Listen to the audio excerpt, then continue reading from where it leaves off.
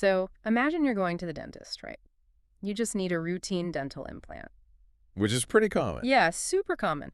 But then you find out that the exact medication you're taking to save your hips from osteoporosis is the reason your jawbone is rejecting the titanium post. Right. It's a massive paradox. Or, maybe you're dealing with these sudden severe gum issues in your 50s and they just seem to come out of nowhere. Yeah, and most people, they put those things in completely different medical boxes. Exactly. Like one is this skeletal issue with aging and the other just seems like you had a stroke of bad luck at the dentist. But today, we're doing a deep dive into this hidden, really paradoxical chain reaction that links all of this to, well, to a single systemic shift in your body. It is a profound biological cascade. And it's one that remains, frankly, a very hidden reality for millions of people. I mean, we were talking about the systemic effects of a drop in estrogen during menopause and how it fundamentally alters the architecture of the human skull. Which is wild. And that brings us to our mission for this deep dive. We are exploring the sources to answer a very specific structural question for you. How does declining estrogen actively dismantle the structural integrity of your jawbone? Yeah. And if you actually find yourself needing a dental implant, is it still a safe bet? Or are you essentially building a house on a shrinking, unstable foundation? And, the fact that this is even a question really highlights a massive gap in modern healthcare discussions. Because if you look at the clinical data from the sources, a staggering 84% of women over the age of 50 don't realize how much menopause impacts their oral health. 84%, that is an incredible blind spot. It really is. People are highly aware of, like, bone density testing for their hips or, their spine. But the bone literally holding your teeth in place, it rarely makes it into the conversation. Never. So to map this out for you, we've pulled together a really diverse stack of sources. We're synthesizing clinical guidelines, current dental practice recommendations, and some incredibly intensive scientific research. Yeah, including this fascinating 17-year retrospective study that analyzed actual implant survival rates in women. Which we will definitely get into. Plus, some very revealing animal models that let us see exactly what happens at the microscopic level when natural estrogen production just slows down. Okay, let's unpack this by looking at the literal foundation, the bone itself. What is actually happening at a cellular level when menopause begins? So to understand the mechanics of this, we really have to look at the skeleton not as a static piece of scaffolding. Right. It's a dynamic living tissue. Your bones are constantly undergoing this process of destruction and rebuilding, and this relies on two primary types of cells. Okay, lay them on me. First, you have osteoclasts. These cells secrete acids to dissolve and clear away old, micro-damaged bone tissue. Gross, but necessary. Very necessary. And then you have osteoblasts, which follow right behind them and lay down a fresh new collagen matrix to, rebuild the bone. So it's essentially a microscopic construction site. That is the perfect way to describe it. That's the fundamental dynamic. And in a premenopausal state, estrogen basically serves as the master project manager of that site. Oh, okay. Estrogen actively supports the osteoblasts, the builders, while simultaneously restraining the osteoclasts, the demolition crew. It keeps the entire operation in a strict, harmonious balance. So the project manager is walking around with a clipboard, making sure the demolition crew doesn't just, tear down a load-bearing wall until the builders have the bricks ready to replace it. Yeah, exactly. But when menopause hits, that project manager retires. She just leaves the site. And suddenly there's nobody restraining the demolition crew. Right. Without estrogen suppressing their activity, the osteoclasts just go into a state of overdrive. The rate of bone resorption vastly outpaces the rate of bone formation. Wow. And the speed of this shift is alarming. The clinical data shows that women can lose up to 20% of their total bone density in just the 5 to 7 years immediately following menopause. Wait, I think we need to pause on that number. Losing a fifth of your entire bone density in under a decade? Yeah. That is wildly different from the standard narrative of just getting older. Oh, it is entirely distinct from regular aging. I mean, everyone experiences a gradual, slow decline in bone mass over decades. But this postmenopausal window, it's a period of rapid, accelerated loss. And it specifically targets the internal sort of honeycomb-like networks inside the bone, thinning out the internal architecture. And as I was going through the sources, I noticed that the estrogen drop isn't actually acting alone here. There's another hormonal mechanism that kicks in and accelerates the demolition. Let's talk about parathyroid hormone. Right, parathyroid hormone, or PPH. Yeah. It is a crucial accelerant in this process. You see, your body is incredibly protective of the calcium levels circulating in your blood. Because you need it for literally everything, right? Exactly. Your heart literally needs calcium to beat, and your nervous system requires it for every single signal it sends. So if your blood serum calcium drops even slightly, your parathyroid glands detect that and immediately release PTH. And since the bones are basically the body's giant calcium vault, the PTH goes straight to the skeleton to make a withdrawal. Precisely. Yeah. PTH binds to receptors in the bone and Yeah. essentially supercharges that demolition crew we just talked about. It chemically forces the bone to break down so the calcium can be dumped into the bloodstream. Oh, wow. Now, as estrogen levels fall during menopause, PTH levels typically rise. So not only do you have a demolition crew working overtime because the project manager left, but you also have PTH actively ordering them to extract the raw materials out of the foundation. Man, it's a severe biological double whammy. And bringing this back to you, the listener, this isn't just some abstract concept happening in a textbook. This exact process, this localized demolition and calcium extraction, it's happening right under your gums. Yes, in the alveolar bone. Right, the specialized ridge of the jawbone that anchors your teeth. The jawbone is deeply, deeply integrated into this systemic metabolic shift. But hold on, let me push back on this a bit. Because if my spine and my hips are rapidly losing 20% of their density, there is no way my jaw is just magically fine. If this is a true systemic issue, shouldn't we be seeing a massive wave of teeth just falling out the moment someone hits 55? You know, you would absolutely expect that, but human biology has built-in redundancies. The jawbone is uniquely resilient compared to bones like the femur or the vertebrae. How so? Well, there are two main reasons. Anatomically, the jawbone features a much thicker outer layer of dense cortical bone. It simply has more structural armor to begin with. Okay, so it starts with a thicker shield, but there's a functional reason too, right? Yes, and the functional reason is far more important. The jawbone receives intense, constant mechanical stress. Like from chewing. Exactly. Mm. Every single time you chew your food or swallow or grind your teeth, you're sending immense mechanical forces down through the root of the tooth and directly into the alveolar bone. And the bone likes that. It loves it. Bone is a highly dynamic tissue that responds to physical stress. That constant mechanical loading sends signals directly to the osteoblasts, the builders, stimulating them to preserve the bone density. So the physical act of using the jaw literally forces the bone to stay dense. What's fascinating here is how clearly this is demonstrated in the scientific literature. The sources provided this incredible animal study to prove this exact point. Oh yeah, the rat study. Right. Researchers took female rats and performed an ovaryectomy.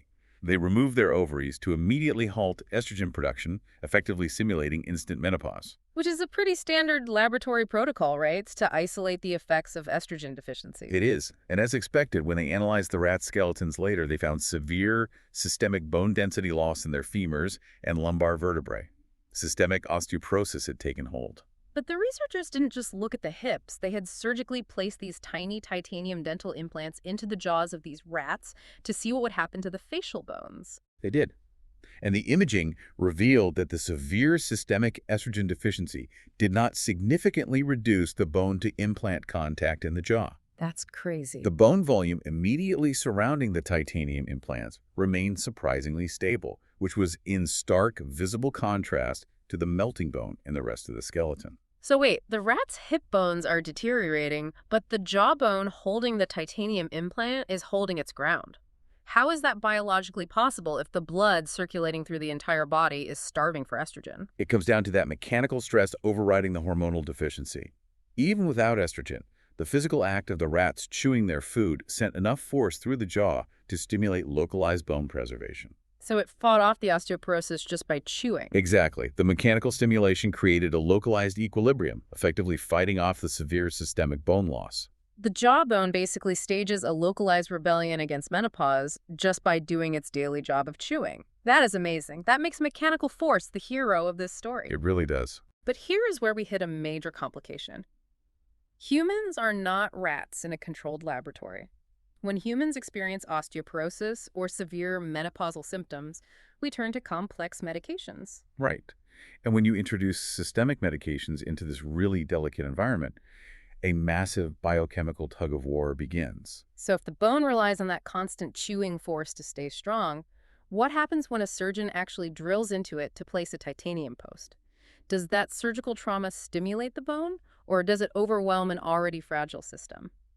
Let's talk about osseointegration. Yes, that's the key term. For a dental implant to succeed, the living bone actually has to grow into and fuse with the microscopic pores of the titanium post. That physical fusion is osseointegration. If the bone fails to lock into those microscopic pores, the implant will just become a loose foreign object and eventually fail. So the obvious question for anyone listening is, can your bone successfully fuse to a titanium post if you are already experiencing menopausal bone loss or full-blown osteoporosis? According to the clinical guidelines in our sources, the answer is yes. Dental implants are generally considered safe and viable for osteoporotic patients. It is not an absolute barrier. Okay, that's a relief. But the surgical reality is much more complex. Because the internal bone density is lower, the oral surgeon might need to use bone grafting material to literally build up the foundation first. Like adding extra cement. Pretty much. They might also opt for shorter or narrower implants. And crucially, they might require a significantly longer healing window for that bone-to-metal fusion to occur securely. I follow the logic there, but let me present a paradox that I really struggled with when I was reading the sources. Okay.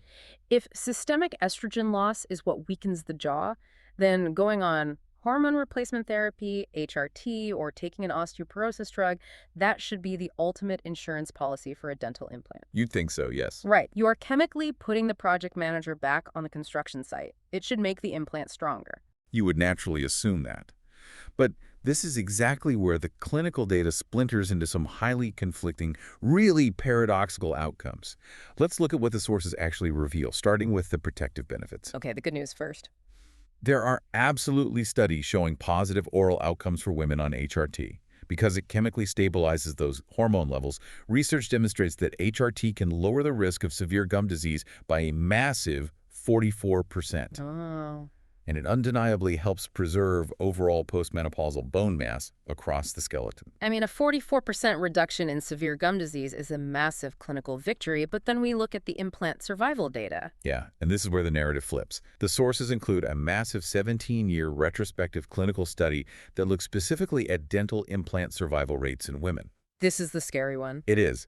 This study found that the use of systemic steroids, HRT, or oral contraceptives was associated with a staggering 5-fold increase in dental implant failure. 5 times more likely to fail. Just let that sink in for a second. The failure rate jumped to 8.62% for women using those hormonal therapies, compared to just 1.53% for non-users. Yes. And the researchers adjusted for other major risk factors too, like smoking and diabetes. I don't understand the biology there. If HRT is replacing the estrogen that keeps bones strong, why on earth would it cause the jawbone to reject a piece of titanium? It has to do with how localized trauma heals. Natural estrogen is dynamically regulated by the body minute by minute, but systemic synthetic hormones or oral steroids provide a constant blanket effect that alters your immune and inflammatory responses. Okay. When a surgeon drills a hole into your jaw, a blood clot forms. Your body needs acute, localized inflammation to send signaling molecules, cytokines, to call specific repair cells to the site. So you actually need the inflammation to trigger the healing cascade. Exactly. But systemic steroids and synthetic hormones can suppress fibroblast proliferation. Fibroblasts are the cells responsible for creating the initial collagen scaffolding in a wound. I see where this is going. Right. If those systemic medications suppress the fibroblasts, the implant hole can't build the initial biological scaffolding required for the bone cells to travel across and grab the metal. Oh, wow. You might be preserving the density of your hip bone, but you are actively disrupting the highly specific local inflammatory process required to heal surgical trauma in the jaw. That is a fascinating biological trade-off. But what about the drugs designed specifically to cure osteoporosis? Like the bisphosphonates, they don't mess with hormones, they just target the bone directly. Bisphosphonates are incredibly effective at preventing hip fractures because their mechanism of action is to completely paralyze the osteoclast. Oh. They shut down the demolition crew entirely. Which sounds great if your bone is thinning. It is until you introduce surgical trauma. Yep. When a dentist drills into the jawbone for an implant, that drill bit creates microscopic fractures and dead bone dust. Because it's literally a drill. Exactly. In a healthy jaw, The osteoclasts, the demolition crew, rush in to clear away that dead debris so the builders can lay new bone against the titanium. But if you are on bisphosphonates, the demolition crew is paralyzed. They can't clear the microscopic damage. So the dead bone just sits there. It accumulates, and bone is a highly vascular tissue. It relies on a dense network of microscopic blood vessels. When that dead bone tissue accumulates around the drill site, it acts as a physical barrier. Yikes. It chokes off the blood vessels trying to reach the area. The surrounding tissue starves of oxygen and dies. This is a severe, albeit rare, complication known as MRONJ, medication-related osteonecrosis of the jaw. The bone literally suffocates because it couldn't clean up the surgical site. Now, we need to be incredibly clear for anyone listening right now. We are looking at deeply complex, sometimes contradictory clinical realities here. Very much so. HRT might save your gums, but a major study shows it spikes your implant failure rate. Osteoporosis drugs save your hips, but their mechanism of action can freeze the healing process in your jawbone. And we want to emphasize that we are not taking a stance on whether you should or shouldn't utilize these medications. The scientific and medical communities are actively untangling this web. The most critical takeaway from the current guidelines is that these medications are not an absolute contraindication for dental implants. Right. It just means the era of treating your mouth and your hormones in two completely separate medical silos is over. If you are on HRT or steroids or bisphosphonates, it requires intense, proactive coordination between your prescribing physician and your oral surgeon to carefully time the procedure and manage that highly specific healing window. And if we connect this to the bigger picture, the bone density is only half of the story. Beyond the physical structure of the jawbone, the systemic loss of estrogen fundamentally alters the entire chemical environment inside your mouth, creating what the sources describe as a perfect storm for tooth loss. Here's where it gets really interesting, because I had frankly never considered this biological link before. Estrogen receptors are not exclusively located in your bones or your reproductive organs. They are heavily concentrated throughout your mouth. They are everywhere in the oral cavity. They're in the oral mucosa, the gum tissue, and most critically in your salivary glands. And when those estrogen levels drop, the receptors in the salivary glands stop being stimulated. This leads to a clinical condition called xerostomia, commonly known as dry mouth. The data shows up to 50% of menopausal women experience this. And, dry mouth sound like a minor fleeting annoyance, like you just need to keep a glass of water on your desk. Yeah. But structurally, it is a disaster for your oral health. Think of your mouth like a bustling, complex city, and saliva is the sanitation and street sweeping department. Saliva is not just water. It is a highly engineered fluid containing amylase enzymes, immune cells, and crucial buffering agents like bicarbonate. So it's actively neutralizing the acidic environment created by the food we eat. Constantly. But when estrogen drops, the sanitation department essentially goes on strike. The flow of saliva slows to a trickle.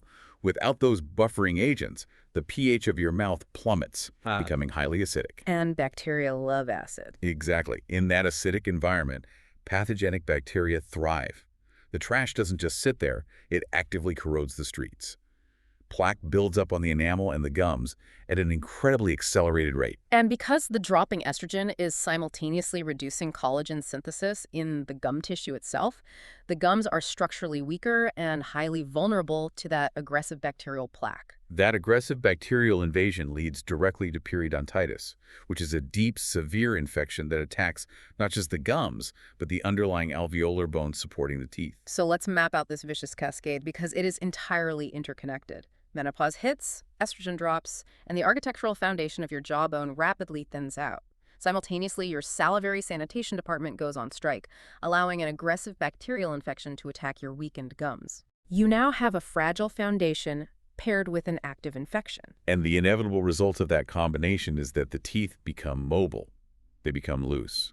And eventually, they are lost. But the cycle doesn't end there. Because if you lose that tooth, what else do you lose? You lose the mechanical stress. The chewing force. The exact mechanical hero we talked about earlier that was forcing the jawbone to stay dense and fight off the osteoporosis. Exactly. Without the root of the tooth transferring the physical force of chewing down into the bone, the jawbone receives no physiological signal to maintain its density. It assumes it is no longer needed, and it begins to shrink and resorb even faster. It is a profound, self-amplifying loop. The loss of a single tooth accelerates the localized bone loss, which then destabilizes the neighboring teeth, making them far more likely to fall out, which causes more bone loss. It paints a daunting picture, but the dental guidelines do provide incredibly clear, actionable steps to disrupt this exact cycle. First and foremost, regular, comprehensive dental exams are non-negotiable during menopause, and we aren't just talking about a quick mirror check for surface cavities. No, you should explicitly ask your dentist about CBCT scans. These are advanced three-dimensional imaging tools that map the actual density and architecture of your jawbone. Which is crucial. It is. This allows your dental team to establish a baseline and proactively track menopausal bone loss over time, long before a tooth ever becomes loose. You also have to actively manage the sanitation strike in your mouth. Excellent constant hydration is critical. The clinical guidelines strongly recommend avoiding substances that chemically dehydrate the oral tissue further. Primarily excessive caffeine and alcohol. Right. And of course, maintaining adequate calcium and vitamin D intake to give your osteoblasts the raw materials they need to keep building. Furthermore, if you are experiencing persistent dry mouth, you cannot just suffer through it and assume it's normal aging. Talk to your dentist about specific saliva substitutes, specialized oral rinses, and prescription fluoride treatments. You have to artificially protect your enamel and gums while your natural salivary defenses are suppressed. So what does this all mean? If we step back and look at the entirety of the research, the onset of menopause undeniably changes the architectural blueprint of your jawbone and the chemical ecosystem of your mouth. The project manager leaves the site, the demolition crew gets aggressive, the saliva sanitation department goes on strike, and a highly complex biochemical tug-of-war begins with your medications. But the ultimate takeaway here shouldn't be fear or resignation. It should be proactive awareness. Modern dental science possesses incredible advanced tools to successfully place implants and preserve your natural teeth, provided you aren't walking into the clinic lined. It requires you, your physician, and your dentist to openly acknowledge this hormonal reality and meticulously plan around the changing bone density and the specific mechanisms of the medications you are taking. Because your mouth is a vital, integrated component of your overall menopausal health plan, you simply can't separate the two. This raises an important question, though, and it's something the sources hint at that really challenges how we live today. I'm curious, where does this leave us? Well, we established very clearly that the jawbone manages to stay strong and fight off severe estrogen deficiency bone loss, largely because of the intense daily mechanical stress of chewing. Right. The physical source literally commands the bone to survive. But take a hard look at the modern human diet. We consume an increasingly soft, highly processed diet. We drink protein shakes and smoothies. We eat soft breads, slow-cooked tender meats, and heavily processed meals. Oh, wow. We barely have to exert any physical jaw strength to consume our calories anymore. Exactly. So if our jawbones biologically rely on the hard physical work of chewing to stave off menopausal bone loss, could our modern soft food diets actually be accelerating the structural decay of our jaws as we age? That's a scary thought. By engineering our food to be so effortlessly consumable, are we inadvertently starving our jawbones of the mechanical stress they desperately need to survive the estrogen drop? That is a staggering perspective. Losing a tooth isn't just an isolated stroke of bad luck at the dentist. It's the end result of an ancient hormonal shift colliding head-on with the incredibly soft way we live and eat today. That is absolutely something for you to chew on, literally and figuratively. Keep your foundation strong, ask the right structural questions at your next dental visit, and we will see you on the next deep dive.